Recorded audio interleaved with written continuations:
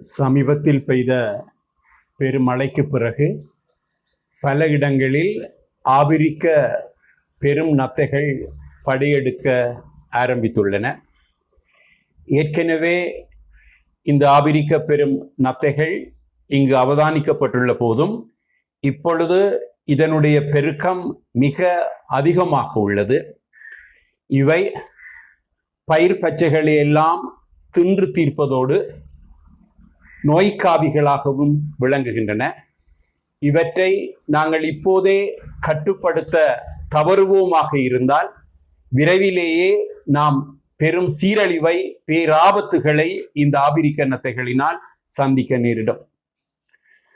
ஆபிரிக்க நத்தைகள் ஆபிரிக்காவை தாயகமாக கொண்டவை.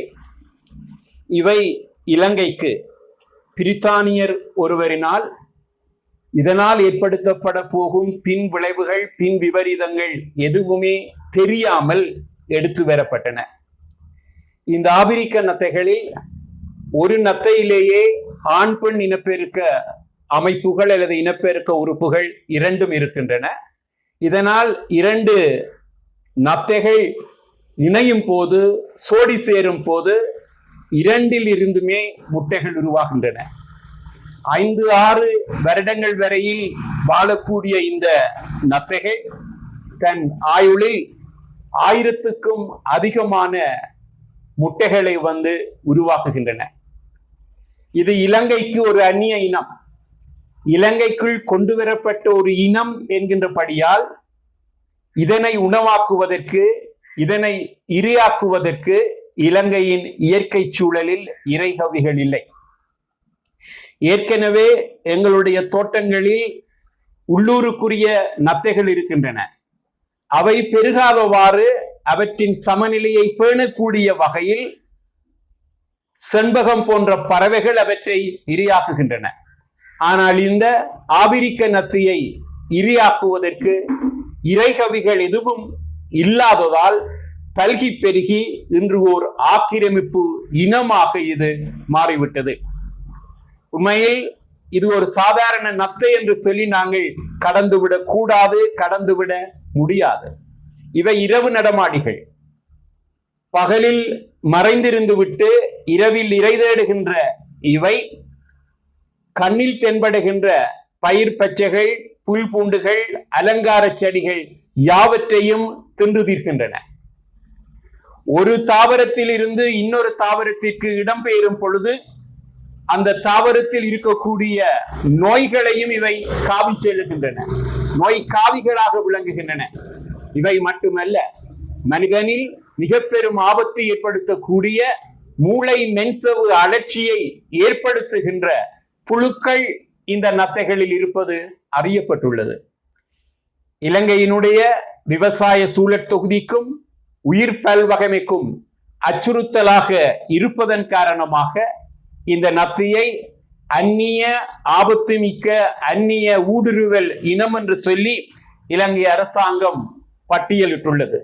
ஆனால் இது தொடர்பான போதிய விழிப்புணர்வு எங்களிடம், பொதுமக்களிடம் ஏற்படுத்தப்படவில்லை. உண்மையில் இவற்றை நாங்கள் அழித்தே தீர வேண்டும். அரசாங்கம் அல்லது திணைக்களங்கள் இவற்றை செய்யும் என்று சொல்லி நாங்கள் காத்திருக்க வேண்டியதில்லை.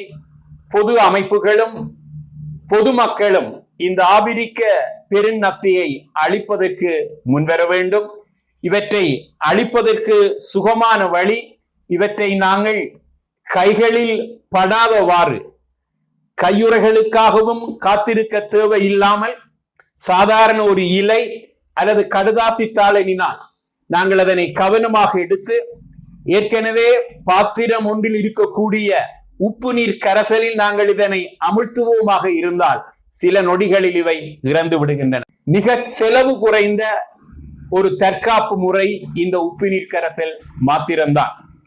இதனை செல்ல பிராணியாக அல்லது உணவுக்காக ஆபிரிக்காவில் இருந்து தருவித்த பல நாடுகள் இவற்றினால் என்று திண்டாடுகின்றன.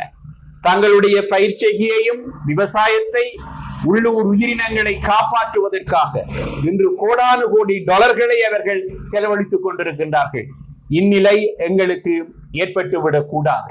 ஒரு சமூக கடமையாக கருதி பொது அமைப்புகளும் பொதுமக்களும் இவற்றை அளிப்பதற்கு முன்வர வேண்டும்.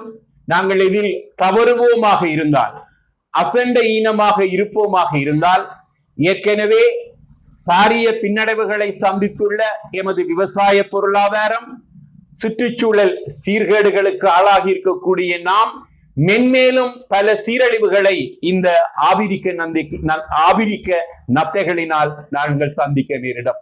ஆகவே இது தொடர்பாக உடனடியாக இவற்றை கட்டுப்படுத்துவதற்கான நடைமுறைகளில் பொது அமைப்புகளும் பொதுமக்களும் ஈடுபட வேண்டும்.